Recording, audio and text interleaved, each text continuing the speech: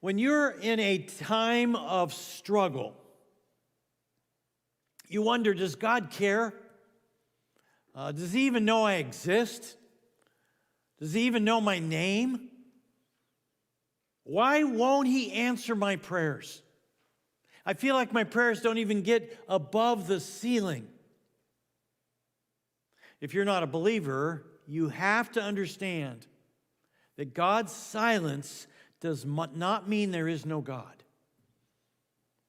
Now, we all have a little bit of hypocrisy when it comes to this whole thing.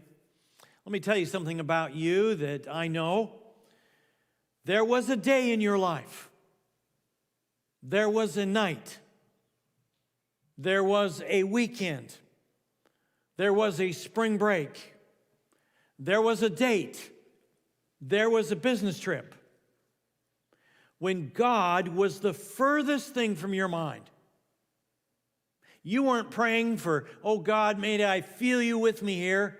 You wanted to keep God as far away from you and your deal as you could. Isn't it amazing that when we don't want God's presence, we know how to keep him away? But when we're in a struggle and we want him, you think, God, say something. A no would be better than nothing. Keep praying. You should always pray and not give up. Luke shares a parable that Jesus tells in Luke 18.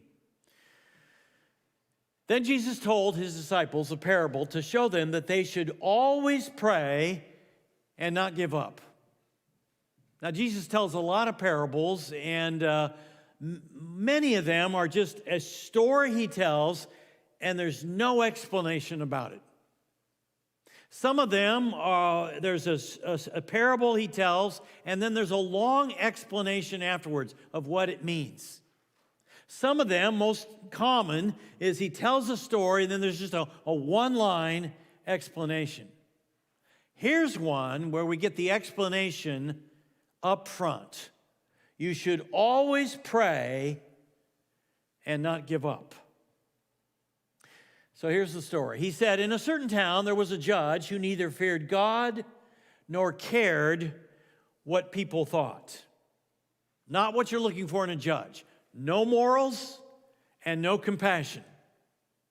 This judge's gavel never banged out of respect for God or concern about people. And there was a widow in that town who kept coming to him with the plea, grant me justice against my adversary. Now, a widow represents the helpless people in society. She probably lived alone. Maybe she had no family, probably didn't have a job. There was no way she had the resources to bribe the judge. And likely she had no representation bringing her case before him. She was armed with nothing but the fact that she was probably in the right, and she had tenacious persistence. The widow never gave up. Every morning she was first in line at his bench. Every evening she waited for him at the door, pleading her case. But he refused. But finally, he said to himself, even though I don't fear God or care what people think, yet because this widow keeps bothering me, I will see that she gets justice, so that she won't eventually come and attack me. The judge finally granted her request, not out of respect for God, not because he cared about her, but for self-preservation. He thought, she keeps bothering me. She's wearing me out. And who knows, some night she might do something to me. In the end, he did what she asked to get rid of her. And the Lord said, listen to what the unjudged says. And will not God bring about justice for his chosen ones who cry out to him day and night? Will he keep putting them off? I tell you, he will see that they get justice, and quickly. Jesus is not saying that God is like the unjust judge. He doesn't care about you. But just keep badgering him and maybe he'll give in. No, he is making this parable, he's making the how much more argument.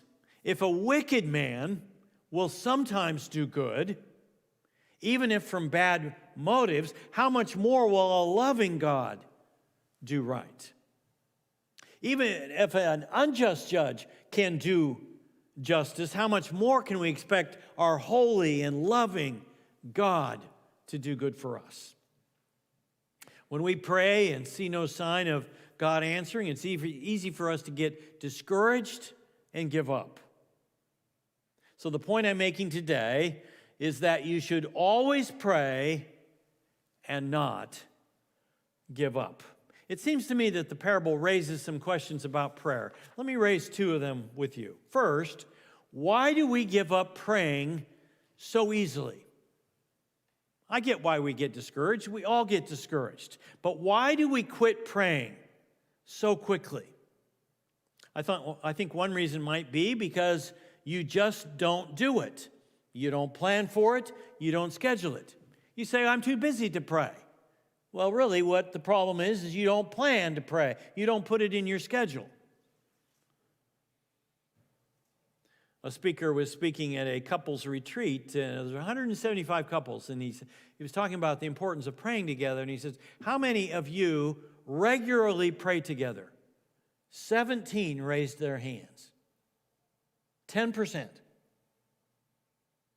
I think when it comes to prayer, we should always be aware that Satan doesn't want us to pray. He's involved with this. The Apostle Paul writes, our struggle is not against flesh and blood, but against the rulers. He says, don't overlook the input that the authorities, the powers of this dark world, and against the spiritual forces of evil. They don't want you to pray. They know how powerful prayer is, so they'll do anything they can to keep you busy, focused on everything else except praying. The second reason you may give up praying so easily might be because you do not pray specifically. By this I mean, maybe you don't know how to pray. You don't know what to pray. If you pray general prayers like, God, bless our country, bless my family, bless my job, that's a general prayer. It's pretty difficult to know whether or not God answered that prayer. But if you pray, God, help me to see this girl. She's in none of my classes. I like her. I'd like to ask her out, but I never see her. Help me to see her today. Or help me get a chance to talk to my boss about my proposal. You've made a proposal. It's worked its way up the chain of command, and you realize it'll never go forward unless the owner signs off on it. But you can't just walk into the boss's office, and so you think maybe between a break between meetings, maybe in the break room, you might just see him. God, help me to see him so I can talk about this. Or God, help me get the sale. I've been working on this sale for weeks, and I'm seeing the client tomorrow. Help me close the deal. In those cases, when you're specific, you have a pretty good idea God was involved if your prayer is answered. Dr. Paul Young-E Cho is the pastor of the largest church in the world, 850,000 members in Seoul, Korea. He's 85 years old. He went to a church in another city in Korea, and he was speaking there, and the pastor said, I want you to pray with this girl. She's 30 years old. She wants to be married, but she can't find the right guy, and she's so discouraged. So Paul got together with her, and he says, well, what are you looking for in a husband? She says, I will marry any guy God brings me. He says, well, God doesn't answer those kinds of prayers. God gives you the desires of your heart. So what kind of guy are you looking for? So he said, all right, take a piece of paper, write from 1 to 10 on there. So, do you want him to be Asian, European, or African? She says European. How tall do you want him to be? 6 feet or taller. What do you want his profession to be? I want him to be a teacher. What do you want his hobby to be? I want it to be music. She did a list of 10. He says, now take that, put it where you're going to see it every day, and you pray for that man. So every day she would pray for that man she'd outlined that she was looking for. Well, he came back to this city about a year later, and the pastor said to him, she's married. Who's married? The girl you prayed for. He said, it was amazing. About 3 weeks after you prayed with her, this American came to our church. He sang. He had a beautiful voice. He played the piano, and all the girls were swooning after him, but he wasn't interested in any of them. Then this girl walked in, and he took an immediate interest. He asked her out on a date, and within a week, he had proposed to her. God answers prayers that are specific so that we'll know that when he answered that he was involved and will give him the glory. Still, a third reason you may give up praying easily is because you do not have faith. You pray, nothing happens, you quit. Prayer is not a 100-meter dash. It's not fast and flashy. It's a marathon of steady requests. Jesus ends this parable with a short one-line observation. However, when the Son of Man comes, will he find faith on the earth? He's talking about when he comes again, will he find people faithfully still praying? If he came today, would he find us faithfully praying? I think he's suggesting that when people stop praying, it shows a lack of faith. You don't think he's going to do anything. Faithful people continue to pray. Luke tells a fascinating story about John the Baptist in Luke 7. John's disciples told him about all these things. What things? This is John the Baptist. His followers told him about the things that Jesus was doing. Jesus was curing lepers. He was healing the blind. He was raising people from the dead. He was casting out demons. Calling two of them, John calling two of his disciples, he sent them to the Lord, Jesus, to ask, are you the one who is to come, or should we expect someone else? Now, why does he say this? Remember, John the Baptist is the one who prepared the way for the Lord Jesus.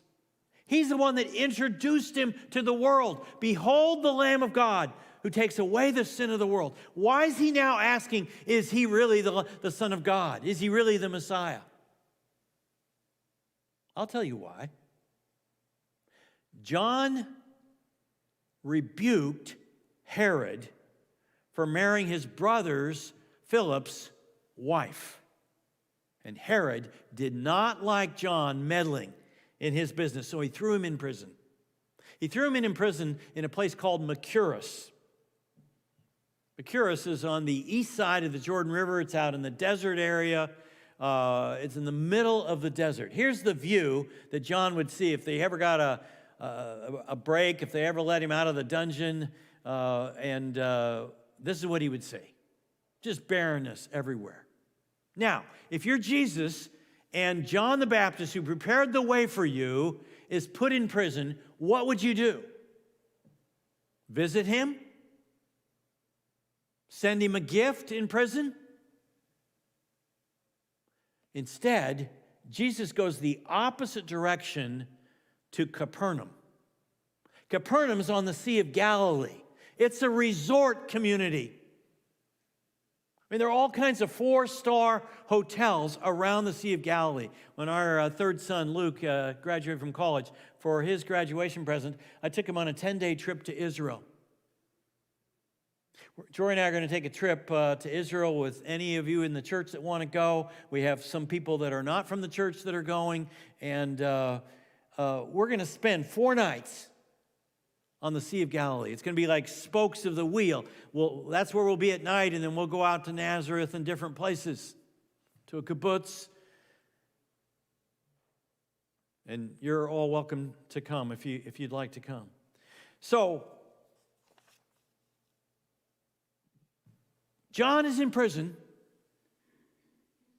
for a year. And Jesus doesn't visit him, and he begins to think, do you care? Do you even know I'm in here? Why don't you answer my prayers to get out of prison? I thought you would care more.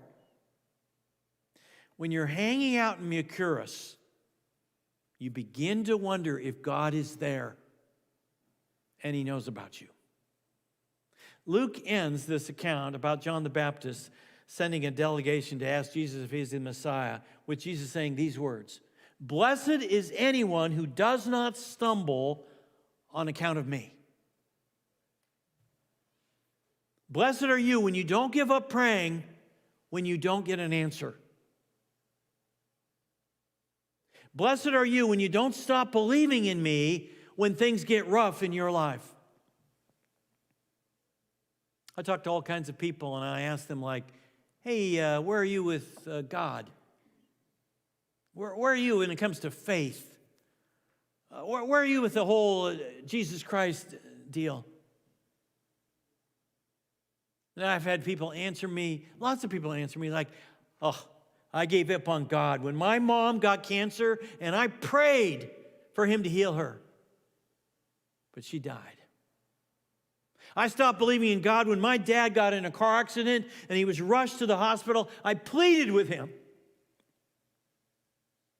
to heal my dad, and God didn't do squat. I gave up faith when my son OD'd on drugs. So this leads to the second question I think this parable raises about prayer. Why do some prayers go unanswered? You prayed for resolution in your marriage, but it ended in divorce. You prayed to have a baby, but it's been 6 years. You prayed for your husband to stop drinking, but nothing changed. You prayed to meet someone to marry, but it's been 5 years. You pleaded with God to grant you a job during this year of COVID, but almost the entire year you've been unemployed.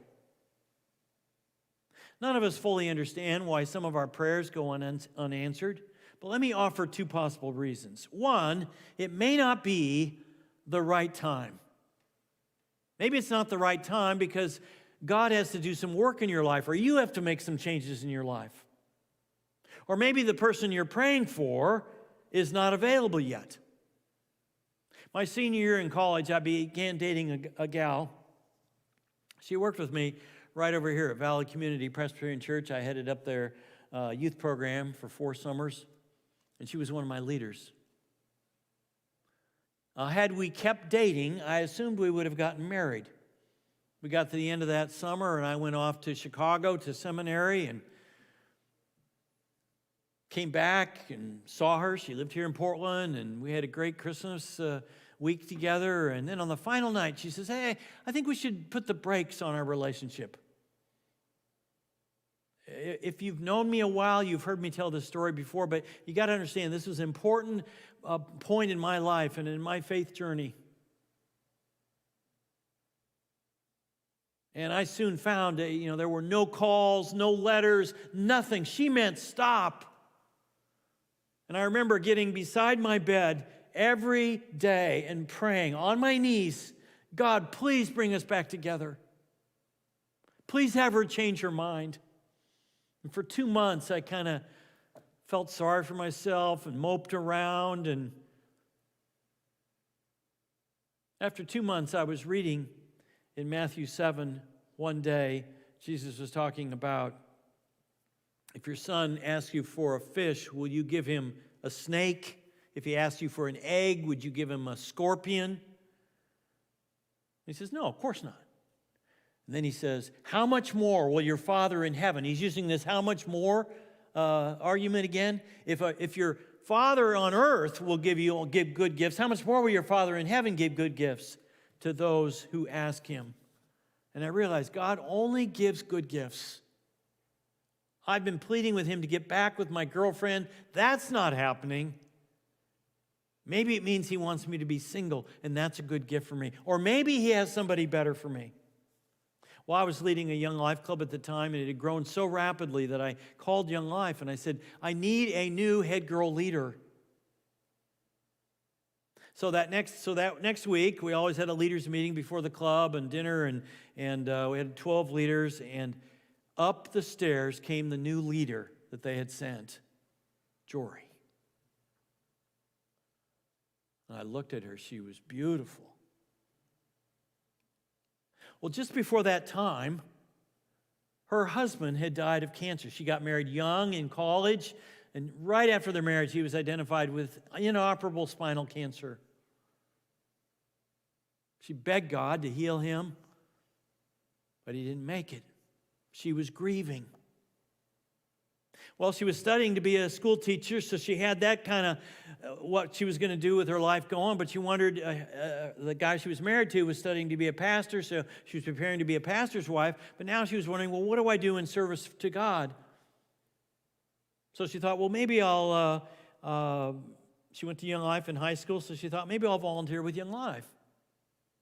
And so she had just volunteered, and they sent her to our club.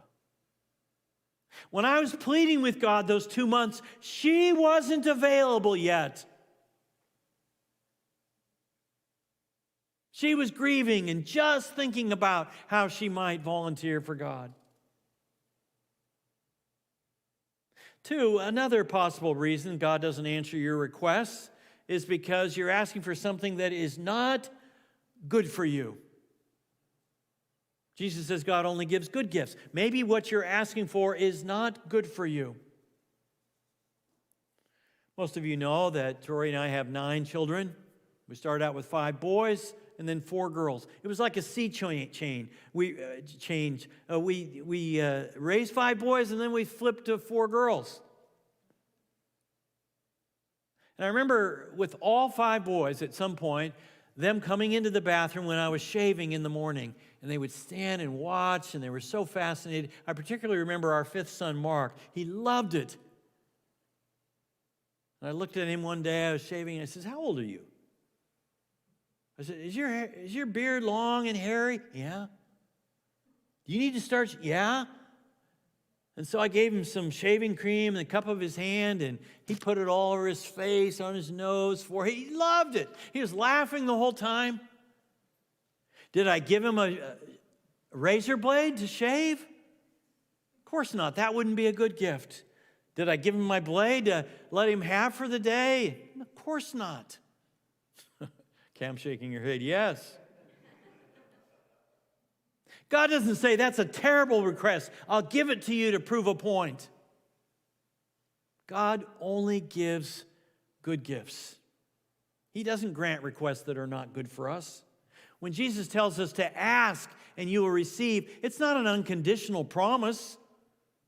Whatever you get, you can have.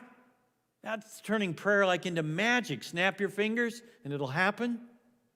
No, the condition of the promise is we must ask for good things that will bring honor to God. Thank God, God has not granted some of my requests that weren't good. You may be facing a difficult time. You wonder where God is. You wonder if God even knows about the problems you're facing. I assure you He knows, and He loves you. Don't give up and don't quit praying. You should always pray and not give up. The Apostle Paul writes, therefore, in order to keep me from becoming conceited, why would the Apostle Paul get conceited? Well, God called him to take the message of Christ to the Gentiles. And he began going from city to city all through the Roman Empire. And he planted churches, and thousands of people gave their lives to Christ. He wrote over half the letters in the New Testament. That's why he could become conceited. Next to Jesus Christ, he was the most influential man ever to live on this earth. So that I wouldn't become conceited, I was given a thorn in my flesh, a messenger of Satan to torment me. Now, we don't know what it was. It was some sort of physical thing. Maybe his eyesight he was losing. Maybe, he couldn't walk very well. We don't know. 3 times I pleaded with the Lord to take it away from me. I said, God, I can't keep doing this. I can't keep traveling if you don't take this away from me.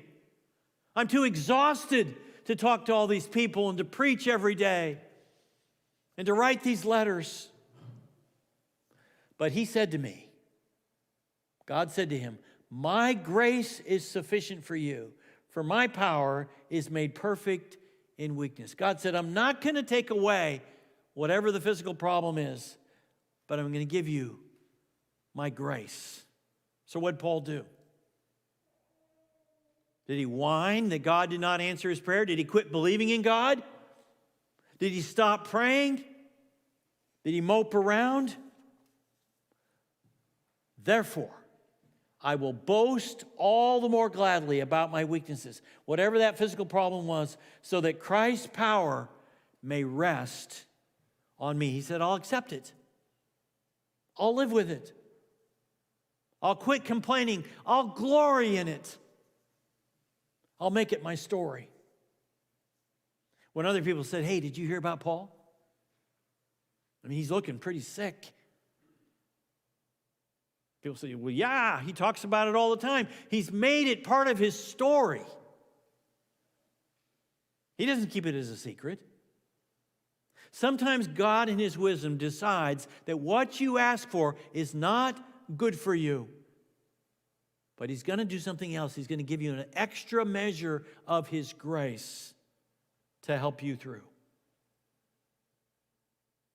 He decides that will be better for you and bring more glory to him. So lean in on his grace. Nevertheless, you should always pray and not give up. Don't assume that because God is silent, that he's not there,